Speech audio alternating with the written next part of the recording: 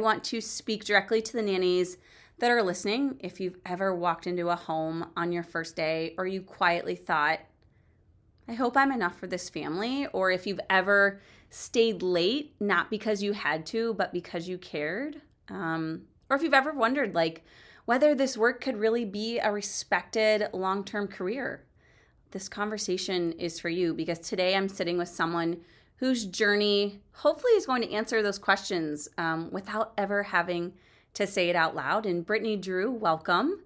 I am genuinely so glad that you're here.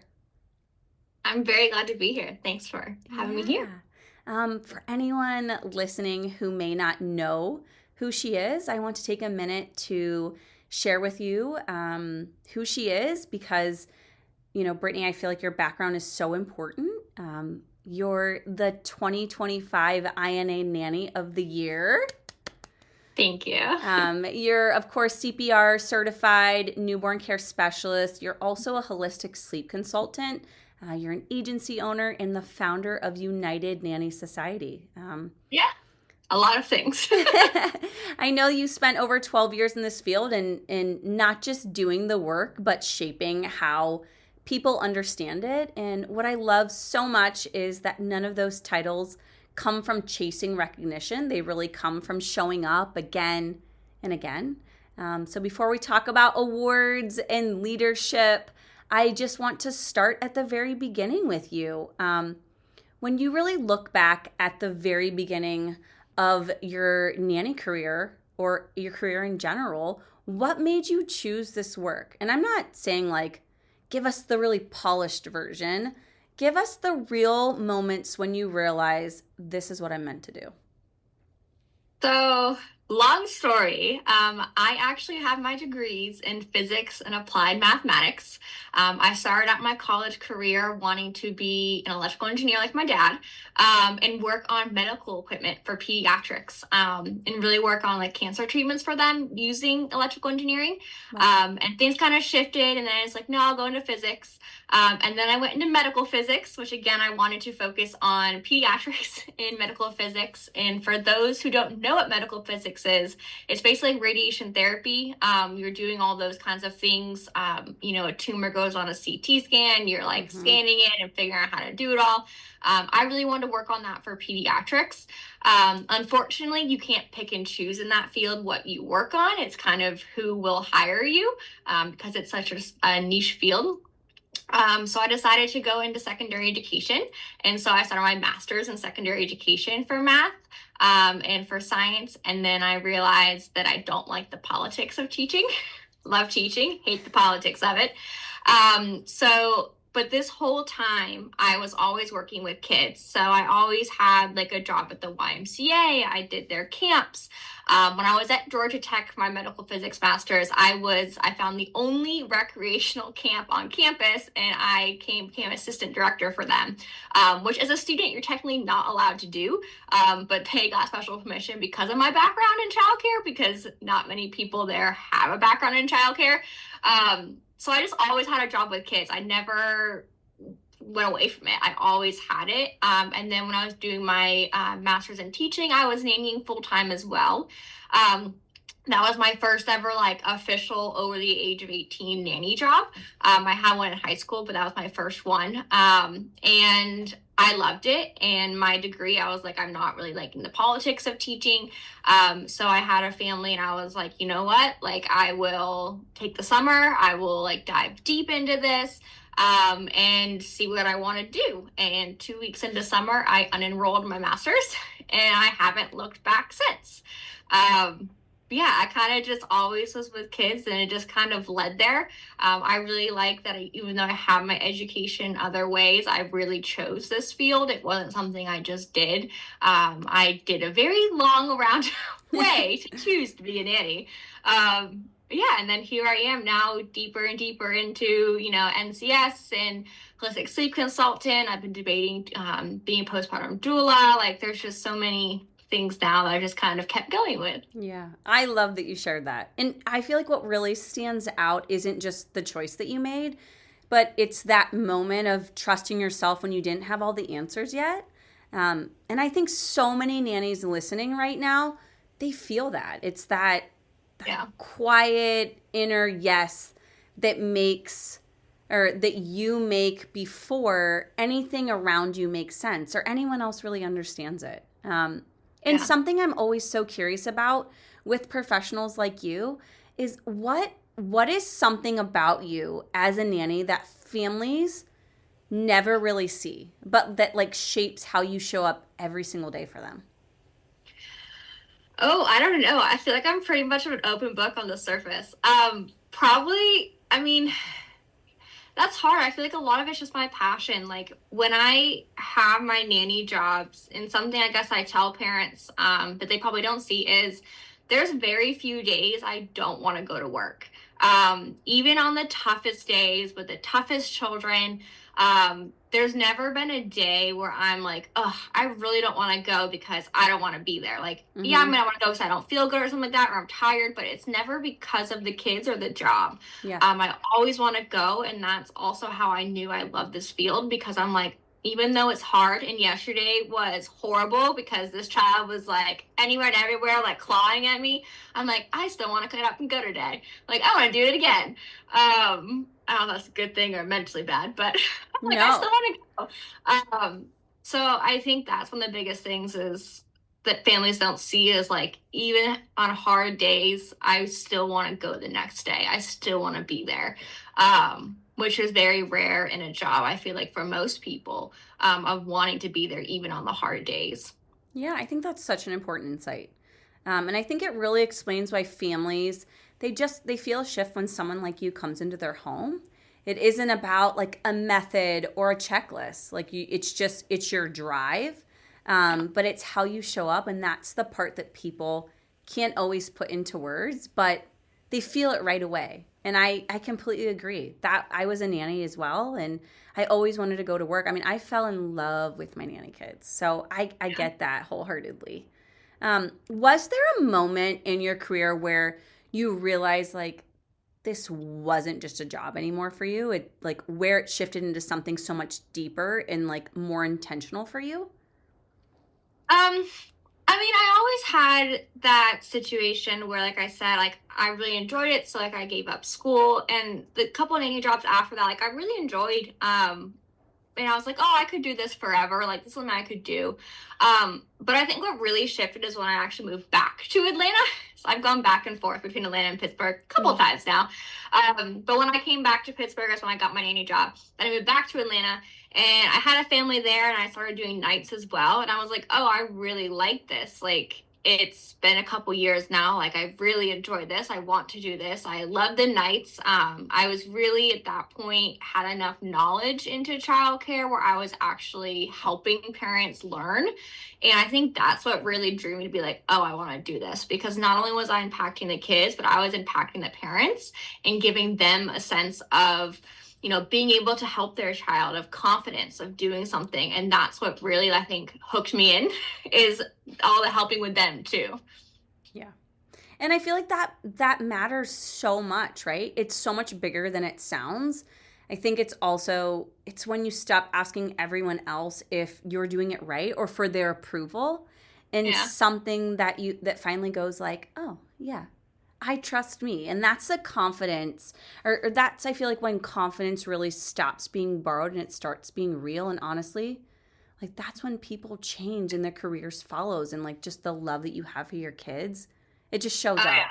So, It changed everything. And I think I also thought of it as like, not only am I here like helping this one child, but I'm helping the parents. Am I mhm. doing that? Like their friends say, oh, well, what did you do with your kid? And then like, oh, well, I did this. So like, not only now am I only helping the kids I'm nannying, I'm helping all the other kids that ever come in contact with that family because that family's telling them, oh, we did this and it was amazing and I learned this, like do this. So my impact grew, and that's really when I was like, I really like doing this because I'm impacting so many children and families, like even across the country or the world. If they have friends anywhere else, like they can be like, yeah, we did this, we did that, I learned this. So it's just really cool feeling. Yeah, that is incredible. You're amazing. So becoming the INA Nanny of the Year is such an incredible honor, and I am so interested in the journey behind it. What did that recognition really represent to you personally?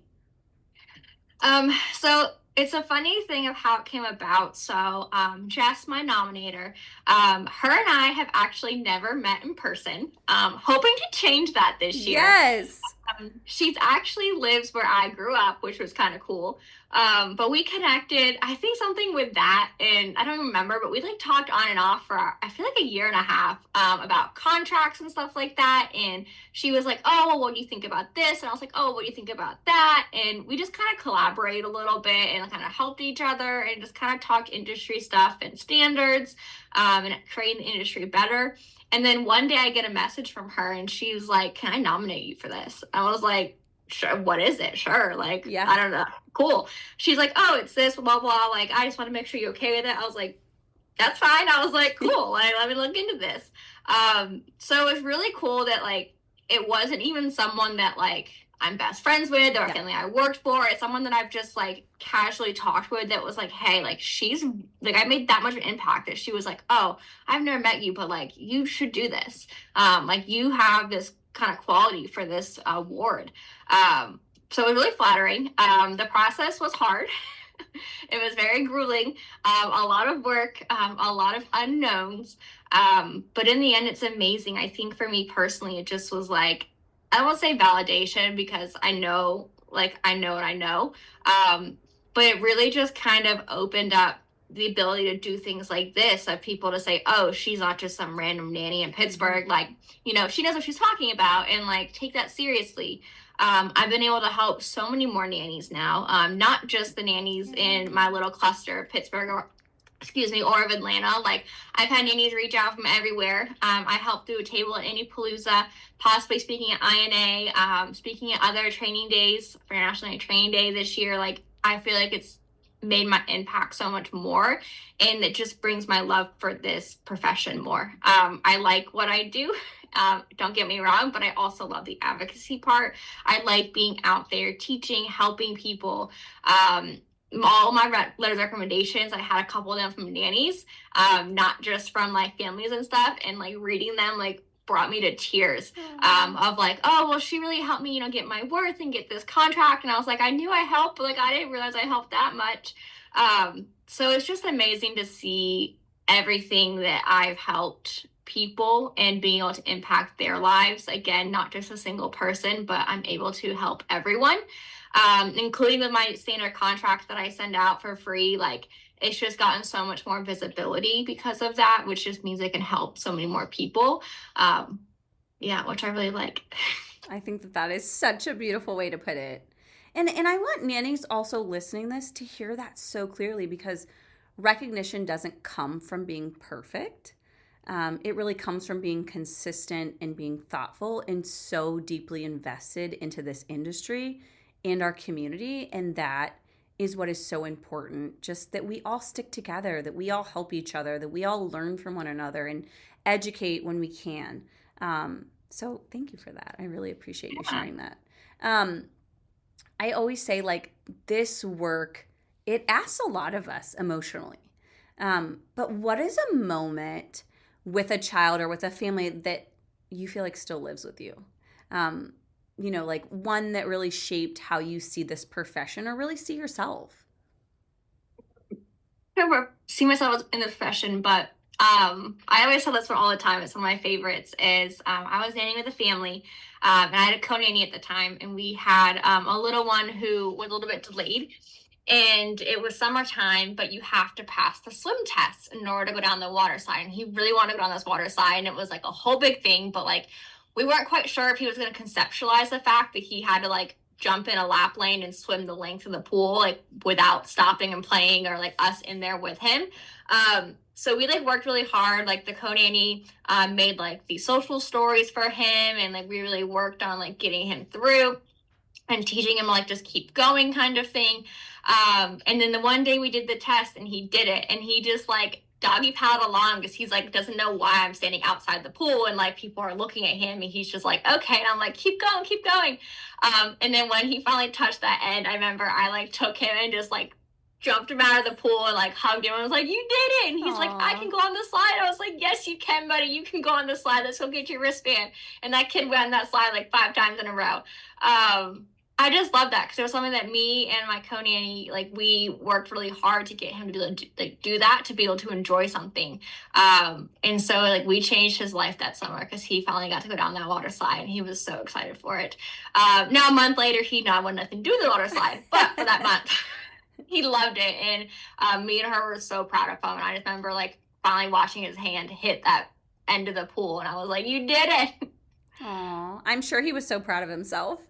Yes, and we jumped up and down. I looked like a lunatic at this pool. People were looking at me, but I was like, "You did it! You did it!" And way over dramatic I needed to be, but it was so exciting to see him finally do it, be able to get his wristband to go on the water slide. Oh, that's a sweet story. Well, thank you for sharing that. I feel like those moments, they never leave us, do they? And they never do. It's like I think been asked the question similarly like multiple times the past couple of years. That's always my answer. Like I love that, and I just always see his face in my mind. Yep. That's the reason that this work stays with people so much longer than after a placement ends. Yeah. Yeah. And for nannies listening who are really early in their careers and wondering what really matters, what would you want them to focus on? Not everything, just one thing that you believe makes the biggest difference. Uh, ooh, Only one thing. I would say your connection with the kids is what's important. It's also what's going to hurt you the most when you leave is that connection, but it's what's most important. At the end of the day, you know, anyone can teach ABCs, colors, one, two, threes, but not everyone can connect with a child on a level where they feel like they can come to you and like you're a safe person. So being that safe person for a child, even a baby, I mean, they still feel safe with you. You're still a caretaker in their life. You know, they don't like just anyone. So even if they can't like vocally tell you, oh, like, you know, I had this happen to me today, like it still matters even with small children. That connection is what's really going to elevate your career and really show families you love what you do because like you mentioned earlier, no one's perfect. We all make mistakes. I've made mistakes. I'm gonna make more mistakes. Like it's just what happens. But what helps families get over those mistakes is how much you care for their kids and how much you want to be a part of their lives.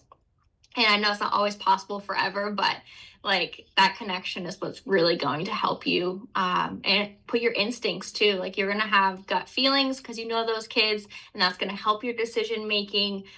So just making those connections, I think, is what's the most important of all. Yeah, I think you're absolutely right. And that is such grounded advice. And it's exactly what we look for when we're placing professionals with families. It's that quiet self-respect paired with care. Yeah, that's great. And for the nannies that are listening who have been doing this for years, who love the work that they do, but they want to grow in their career, what would you say to them or what advice would you give to them? I would say networking, first of all. Networking is a huge thing. It's so important to have your own village. You can be the best nanny in the world, but if an issue comes about and you don't have people to fall on to be like, hey, what do I do? Like, you're never going to grow. You need knowledge, you need people, you need differing opinions, you need people that you can talk to. So, building that village of nannies, of agency owners you can talk to, people just in the industry that can give you knowledge and give you advice, and you can also help them too as well, is really going to push you further in the career because it's going to open more opportunities. And besides that, just give you more knowledge. There's only so much knowledge you can learn from a course. There's only so much knowledge you can read in a book. You need firsthand knowledge of people, and you need that village behind you. Just like families hire you to be their village, you need a village behind you too. Everyone needs a village, and you can't do this career by yourself. It's too personal. It's too intimate. Like you can't just be just you. You need people to rely on. That way you can show up for your job. Yeah, I 100% agree. I love how you framed that. I think that growth doesn't always mean doing more because sometimes people think they just have to do more. They just have to do more and then they'll get a better job and then they'll get a higher pay. Sometimes it means choosing differently, and that's choosing community and choosing networking, and I think that is so powerful. Yeah, because also then you get less burnout too. And if you're Mhm. less burned out, you're not showing up to families' homes tired, like you're able to show up more and just vent too. I mean, this career is hard. We don't have coworkers. Our coworkers sometimes can't even speak a full sentence. So having that outlet to talk to people and get out all that venting is super important to be able to show back up for those kids, because that's why we do what we do. We do it because we love the kids and they deserve our best. Mhm. And we only can be our best with support. That's right. I agree. When you think about the legacy that you're building in this field, what do you really hope that people feel when they work with you or learn from you? Confidence is my biggest one, because I feel like for me, going through the beginnings of this career, and this was back in like, 2016, 2017 timeframe, where it was a career, but like it wasn't, I feel like, as widely as a career it is Yeah. now. There was no help. The agencies didn't help very much. It was like, oh, this is what you do, that's it. Like there was no explanation. Mhm. I didn't really know. I just kind of did it and learned it on my own. So I really want to help people not have to sit there at 2 a.m. searching the internet for hours of like, I need a contractor. What do I ask for benefits? Like, just ask. I want to instill that confidence so they know what they need to do and what they can do. Because again, I feel like confidence is going to make it better for the kids if you come in confident to a job and you enjoy your job. Because if you're at a job where you're underpaid or no benefits, like, you don't want to be there. I wouldn't want to be there either. So it's important to get your worth and have the confidence to ask for it in order to love what you do. So yeah, I just kind of want to make confidence in industry and get people the benefits and pay they deserve with the correct contracts, so they can all really enjoy. Like with my agency, when I place, I'm always telling people, I'm like, I don't want to place a name somewhere where they think, oh, I'm just here for a job. Like, I'm just Mhm. here for today. I want to look for people that are going in the job and loving it the way I love it. Like, I want families to feel that love from the nanny on their children. Yeah, I just, and that takes confidence. So I really want to hope and give confidence to people so they can Yeah. love what they do. Yeah, that says everything. And it's exactly why conversations like this, they matter so much. They do. Well, Brittany, thank you for trusting us with your story. Your journey reminds people that this profession can be built with intention, but also dignity and so much heart. So, as for every nanny listening who wonders if there's space to grow, to be seen, to be respected, your story quietly answers that question. So, I really appreciate it. And this is exactly the kind of conversation that we want to create through the Pink Nannies platform. It's real, it's thoughtful, and it's deeply human. So thank you for being here. Of course. Thank you for having me. Yeah. Well, I really enjoyed it, but I hope you have a wonderful day and you stay healthy, because I know right now that there is some wild viruses going on in the world. Yes. So, all right. Well, you have a lovely day, and I'll see you soon. Thank you. Thank Bye. you. Bye.